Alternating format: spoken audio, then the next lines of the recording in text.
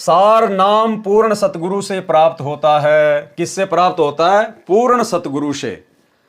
अब पूर्ण सतगुरु बैठा है जेल में, अब इन आश्रमों में सार नाम कौन दे रहा है? आप और हमारे जैसे भगत भाई बहन दे रहे हैं। डीवीडी को लगा के लैपटॉप में उसका कान मरोड़ देते हैं, हो गया जी सार नाम, चलो ले लिया जी सार शब्द, चलो पैसे जमा कराओ, नहीं तो पर्ची कटवा लो, नाम लिखवा लो, किस्तों में भरते रहना। ये क्या ड्रामेबाजी हो रही है भाई?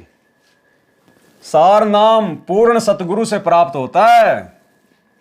नाम प्राप्त करने से सतलोक की प्राप्ति होती है। धर्मराय ज्योति स्वरूपी निरंजन अर्थात काल ब्रह्म भी सार शब्द प्राप्त भगत के सामने नतमस्तक हो जाता है।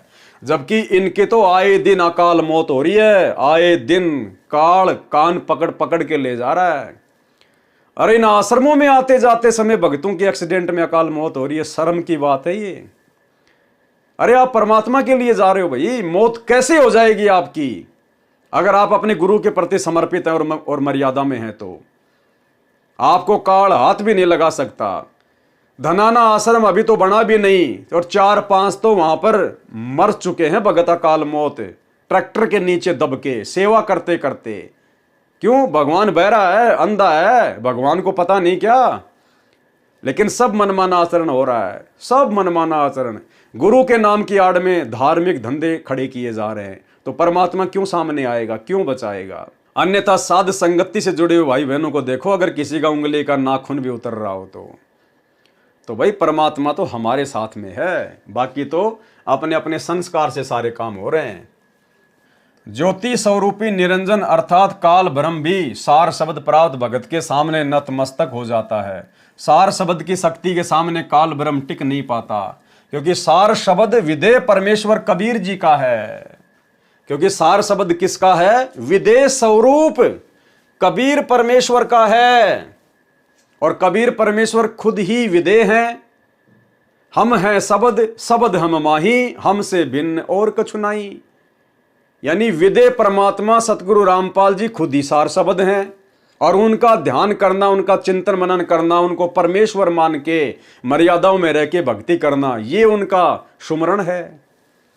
यानी अपने ही गुरुदेव भगवान को विदेह रूप में मान लेना, अपने से भिन्न विलक्षण देह में मान लेना, 5 तत्व के हाड़ मांस के पुतले से बाहर मान लेना, मां के गर्भ से जन्म लेकर न मानना, उन्हें स्वयंभू प्रकट होकर आया हुआ मानना, और उनकी परमात्मा के रूप में पूजा करना, इष्ट मान के पूजा करना, यही गुरुदेव भगवान की पूजा है। अर्थात यही सार शब्द की पूजा है, यही सार शब्द का सुमरण है। सार शब्द यानी विदेह परमात्मा सतगुरु रामपाल जी, और उनको इष्ट मान के उनकी पूजा करना, उनका चिंतन मनन करना, ये उनका सुमरण है। सीधी सी बात है। और उस चीज के लिए लोग 1-1 लाख रुपए इन आश्रमों में दे रहे हैं सार शब्द के लिए। तो भाई और बहनों, काल ऐसे ठगता है, क्योंकि सार शब्द विदेह परमेश्वर कबीर जी का है, इसलिए सार शब्द ही नी अक्षर का स्वरूप है। नी अक्षर कौन? परमात्मा।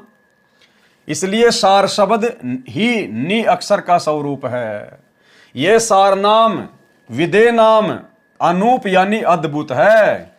सार शब्द तो विदेह है, क्योंकि ये विदेह परमेश्वर का मंत्र जाप है। देखो बार बार परमात्मा उन्हीं चीजों को लेकर आ रहे हैं कि सार शब्द क्या है? विदेह परमात्मा। विदेह परमात्मा कौन है? कबीर जी। कबीर जी आज कहां हैं? सतगुरु रामपाल जी के रूप में। तो यदि हम अपने गुरुदेव की विदेह के रूप में पहचान कर लेते हैं तो आपको विदेह परमात्मा की पहचान हो गई। अब उस विदेह परमात्मा का जाप भी क्या है? विदेह। वो कैसे? उनका चिंतन मनन करना, उनकी पूजा करना, फिर विधि विधान अनुसार उनको भोग लगाना।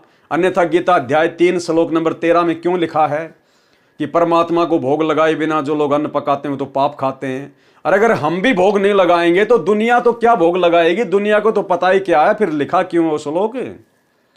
तो जब हम विदेह स्वरूप सतगुरु की परमेश्वर के रूप में पहचान करके विधि विधान से उनकी पूजा पाठ शुरू कर देते हैं तो फिर आप उस विदेह स्वरूप परमात्मा का जाप कर रहे हैं। आपको सार शब्द मिल चुका है। सार शब्द तो विदेह है, क्योंकि यह विदेह परमेश्वर का जाप मंत्र है। अर्थात यहां पर वो श्लोक यूं का यूं फिट हो गया।